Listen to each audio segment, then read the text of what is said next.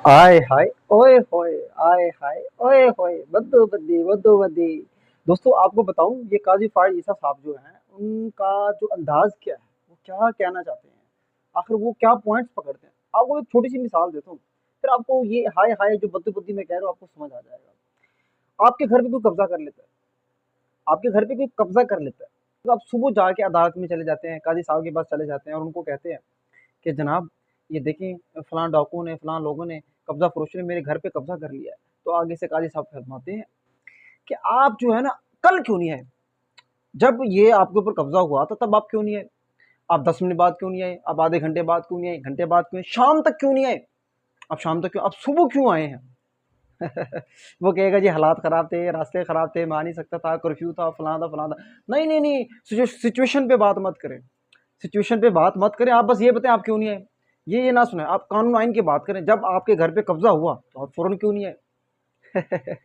आए हाय बद्दी आए हाय ओए होए, समझ आ रही है ना। अच्छा फिर ये इनका टेक्निकल पॉइंट्स है, ये इस तरह हमारे माशाल्लाह बहुत बड़े जज। फिर वो मुझे एक और वाक़या याद आ गया। वो कोई जब वो अगवा हो गया ना कोई शख्स, कहता है वो जो अगवा हुआ है, वो जो अगवा हुआ खुद क्यों नहीं आया? वो खुद किधर है? अरे भाई वो तो अगवा हो चुका, वो कैसे आएगा? उसका कोई वकील नुमाइंदा और उसके रिश्तेदार बता तो रहे हैं। नहीं जी नहीं नहीं नहीं नहीं नहीं, आप जो है सिर्फ जो है ना ख्यालात पे बात मत करें, आप सिर्फ जो है ना ओ इस पे बात ना करें, मतलब आए हाय ओए होए। तो कुछ समझ आ रही है जो बात मैं कहना चाह रहा हूँ। अच्छा आजकल जो चल रहा है, वो को सरदार लतीफ़ खोसा कोई आ गई जी, आपने अपने नाम के साथ सरदार क्यों लिखा हुआ है? ओ भाई जो असल पॉइंट है उस पे जाए ना आप। ये क्या आप सरदार को लेके बैठ गए और खुद काजी बना बैठा है, खुद का नाम काजी है। दोस्तों याद रहे खुद का नाम क्या है, काजी है। अभी पैदा भी शायद हुआ होगा, उसका नाम काजी रख दिया गया है, खुद का नाम काजी रख लिया है।